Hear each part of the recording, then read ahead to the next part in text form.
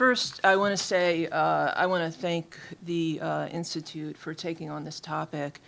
And it's an incredible honor for me to be here today to represent adjuncts and the United Academics of Philadelphia. I want to start, some of the things that Rosemary said, I'm going to repeat. And being an adjunct, I want to make this as real to you as I possibly can. And I think there are a lot of misconceptions about who adjuncts are. And it's based on who we were 25 or 30 years ago. So I want to start by taking us back in time. So 25 or 30 years ago, what I'd like to do is imagine that this is the faculty here of a university, the four of us, the four panelists. Back then, 3/4 of us would have been full-time, tenure track people, which meant that we were focusing all of our time on our teaching, working with our students, and on the development of our scholarship. We had earned lifetime job security, which, as we all know, is really critical to academic freedom. As full-timers, we all knew each other. Whether we liked each other or not, we were a community, and we were able to create what we felt was an ideal learning environment for our students to work within. If there was a student who was having problems in our class, we could count on each other, on our own teaching experience and expertise to help that student along. We also knew the people who worked at our university. If somebody was in crisis, we could call somebody and we could ensure that that student was getting the help that they needed. And we had more than just job security. We had health insurance, we had retirement plans, et cetera. Now, the 25% of the people who were not full-time were the adjuncts. They generally, this is the conception that most people have of adjuncts. Somebody who's successful out in the world, somebody who has a lot to give because of their experiences in the world. Usually somebody who had a wonderful experience at their alma mater, either with a teacher or in their department, where they feel like they want to be that. They want to give back. They want to teach too. These are people who had security. They had full-time jobs. They had insurance. They had all of these things. They didn't need to receive that from the university. Now, I want to fast forward. Here we are, 2015, right? Same proportion. 2/3. 2/3 of us now are contingent. 25% are full-time or on the tenure track. So for the 3/4 of us now who are contingent, every 15 weeks we have no work, no guarantee of work. To compensate for this, in our lives, we say yes a lot. We say yes to everything. You cannot say no to anything that comes your way. And if you're taking on too much, it's okay, because you figure something will fall through. And then when nothing falls through, you're incredibly busy. So as much as I can tell you, one of the tragedies of all of this is that adjuncts love to teach. I mean, they wish they could be teaching. They want to be spending so much more time with their students. And because of the precarity of because of their own security, they are incapable of doing what they really would desire to do. If they have no academic freedom, obviously, so if there's a controversial topic that they have to teach, or if there's a difficult discussion they need to have with their students, they could potentially lose their job. There's no support for the development of their scholarship coming from the university. Adjuncts are outsiders, so we wouldn't know each other. We wouldn't know the majority of the other faculty. We might know one staff person. We don't know what kind of resources the university has for us. We don't know the resources the university has for our students. We don't have any sense of culture. There's no sense, if there is a culture in that place, we don't know about it. And we're not around regularly, so when our students need us, as much as we would love to be there, we can't be there. When adjuncts get sick, they have to start a Kickstarter campaign. We're encouraged to cultivate in our own disciplines breadth rather than depth, because the broader you are, the more departments you could teach in, and the more schools, you become more marketable, essentially. And most of the time, since you're teaching 101 subjects, the depth that you need is not tremendous. So what's happening is that depth in a discipline is really something that becomes the purview of people who are full-time. The people who are part-time are much broader and I lost my word. Thank you. Shallower.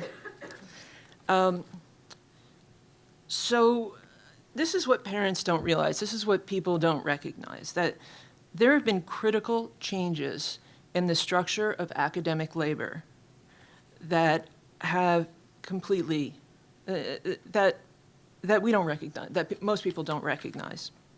So if you look at today's university, if you look at this situation where we have this group of full-timers over here, and otherwise we are temps, we are in and out.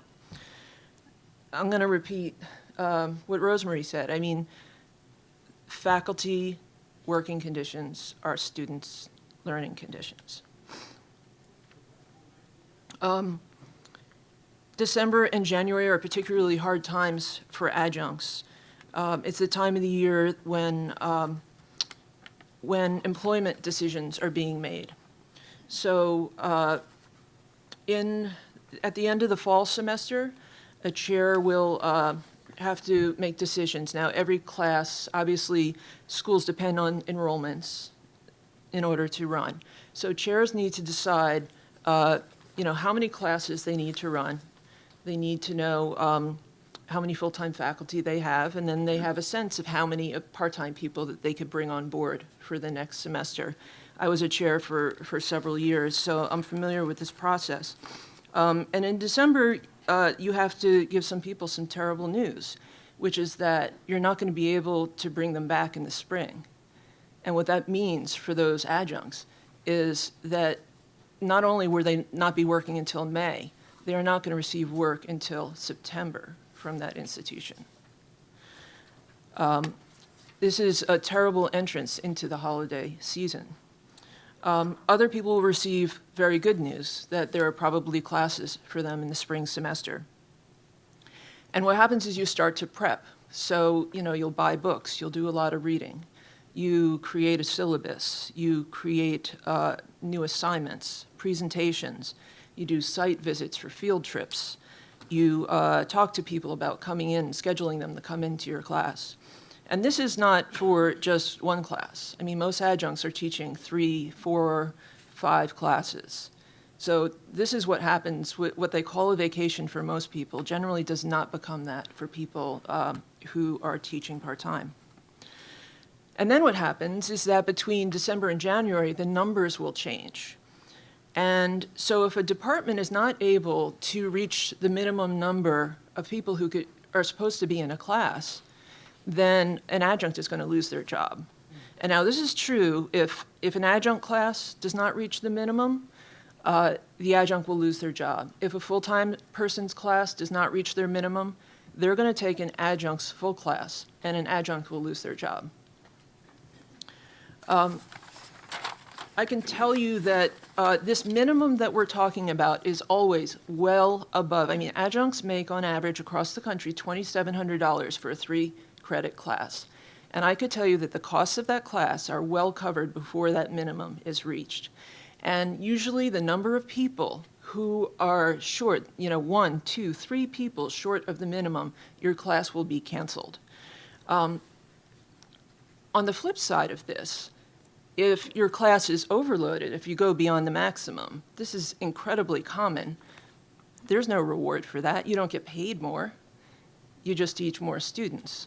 So if you have one class at the same institution that's overloaded and one class at the same institution that might be 1 or 2 people under, you would hope that they might run both classes, but the chances are you're going to have one class.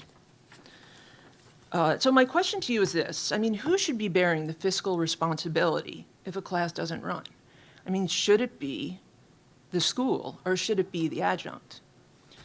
Because I can tell you what happens when somebody loses a class. Now, $2,700 might not sound like a lot of money, but this is significant. This is significant money to people who are teaching.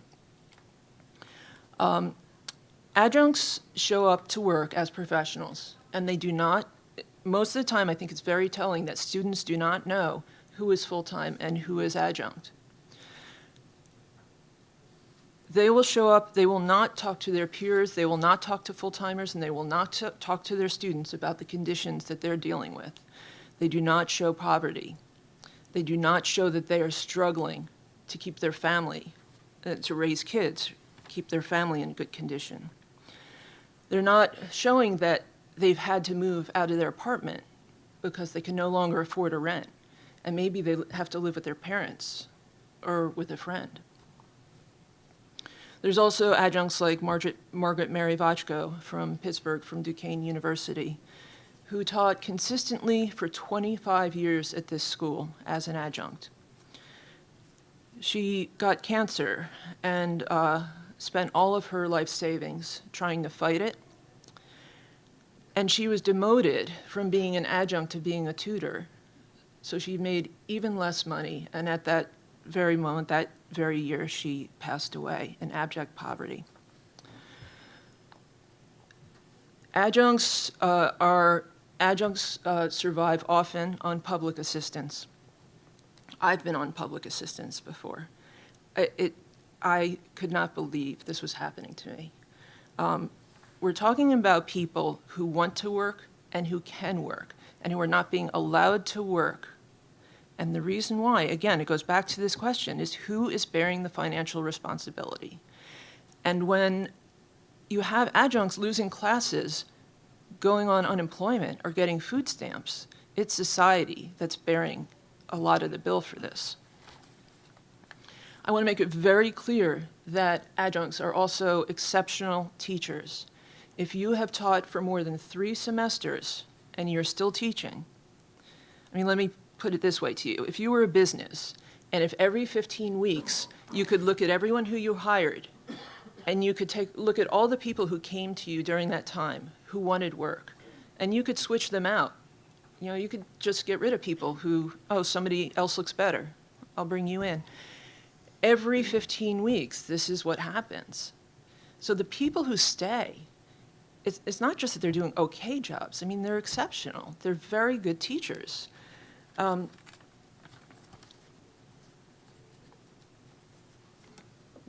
One of the realities of being an adjunct is that you are on permanent probation. So you are constantly having to work at peak performance. Because what happens if you have a bad semester or, you know, students complain, something like that happens, other people start looking very, very good, and it's very easy for you to lose some work. We're doing equal work, sometimes, dare I say, better work, for unequal pay, very unequal treatment. And we are equally competent and equally credentialed generally. About a year ago, after 18 years of teaching, I just turned 50, so I'm looking at my future and seeing that there is no future for me in academia. There's no security. This is what I love and it's what I want to do, but I was not going to move forward and I was prepared to leave. And at that very moment, I was approached by an AFT organizer, Jason Wiedemeyer, who told me that the AFT had come to Philadelphia and that there was a new design for organizing people who aren't wed to one particular work site, which is called the Metro Organizing Strategy, which was initially proposed by a man named Joe Berry in his book, Reclaiming the Ivory Tower, which I think every adjunct should read. With the AFT behind this effort in Philadelphia, I felt like I cannot turn my back now. This is what I love. It's what I want to do. I know what's happening is wrong, and I decided to stay and to fight. The UAP has been in existence for a year, and we've done incredible things. We have a strong and growing membership. There are 15,000 adjuncts in the Philadelphia region. We're going to be a very large union. There's a tremendous need that we are filling for adjuncts, from everything from community to support and resources that are not being provided by schools. We just had a very powerful campaign at Temple University, and I have to thank Rochelle Fiore, who's here today from the AFT, who has run our campaign and helped us get 60% of the adjunct faculty at Temple to sign cards. They are now in the hands of the Pennsylvania Labor Relations Board, and we are really eagerly awaiting the next steps towards an election. And I want to end just by saying a few words that a fellow artist and union member, David Chatfield, recently wrote. He said, "Do not call us contingent. The word contingency means a provision for an unforeseen event or circumstance. In other words, it's a plan B. Increasingly, we are plan A." This year, this division that we're talking about, this is the plan. I also want to talk about the word adjunct, which is defined as something that's added on to another thing, but is not essential to it. And I don't know any business that can honestly say that 75% of the people who do the work for them are not essential. We are the essence of higher education, and we can't accept business as usual. Thank you. Thank you, Jenny. Barbara?